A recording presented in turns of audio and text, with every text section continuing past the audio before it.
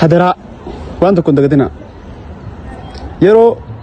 warra biyya tana harkaa qaban biyya tana kan hogganaatiin jiran hojiilee gaggaarii isaanii dubbatan faarsinu sababa malee itti beeka dhugaa dubbachuudhaaf hojiilee bulchiinsa hojiilee misooma koriidarii biyya tana keessa hojjetamaa jiran especially magaalaan Finfinneedha magaalaan Finfinneedha kun teessuma Afrikaatillee warri Afrikaa irraa gaafa dhufan hoggantoonni Afrikaa guutuun United Nations Afrikaa warri Afrikaa irraa guutuun magaalaa sana dhufanii daawwachuu turan dhuguma Itoophiyaa jirmoo iddoo biraa jira jaanii sadarkaa dinqisiifannaa isaanii fuula Facebook officially isaanii irratti gaafa maxxansaa turan arguu ture miti osooniif jedhe kun Oromoo ta'uu baatanii osoo lubbuun jirii sidaan dhaabbataa ture Oromoon haga waliin beeytu haga nama isaan beeytu kan ofiitiin dhaadachuu jaalaa kan Oromaan ilaalchuu jaalatte waan ta'eef malee muummicha ministeera Itoophiyaa Dr. Abiy Ahmed jijjiirama inni biyyattii tana irratti gaggeessaa jiru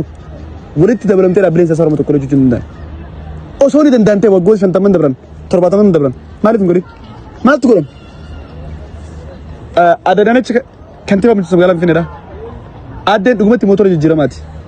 magaalaa tana maa isiin fakkeessite deetu dee arku jirra arra hoggum magaalaa tana keessa gaafa arra piyaasaa gaafa qaxxaamurte birbirsa goroo gaafa dhayte lagaar gaafa dhayte guyyumarraan guyyatti magaalaa waan biyyoo biraasa fakkaachaa hin deemti hojiilee kana osoo agartuu dinqisiifannaa dhabni gareen intarastii dhuunfaa maraachite hojiilee akkanaa tanaan manneen shishaa ittiin shishaa mataa irratti sana cabu so hadaraa nama dhafaarsuuf maal godhuun dantaa keenya hin ta'ini hojiilee akkasii hojiilee kana duumas nama tokko osoo maqaan kaasne osoo hin dabar adda caaltuu isaanii bu'uuraalee misooma Itoophiyaatii fi magaalaalee Itoophiyaa irraa taate hojiilee kana duumas baagiraawundi ta'e akkasiidha hoggantoota akkasii galateeffachuun dhaloota dhufu akka isaanii uumuudha waan ta'eef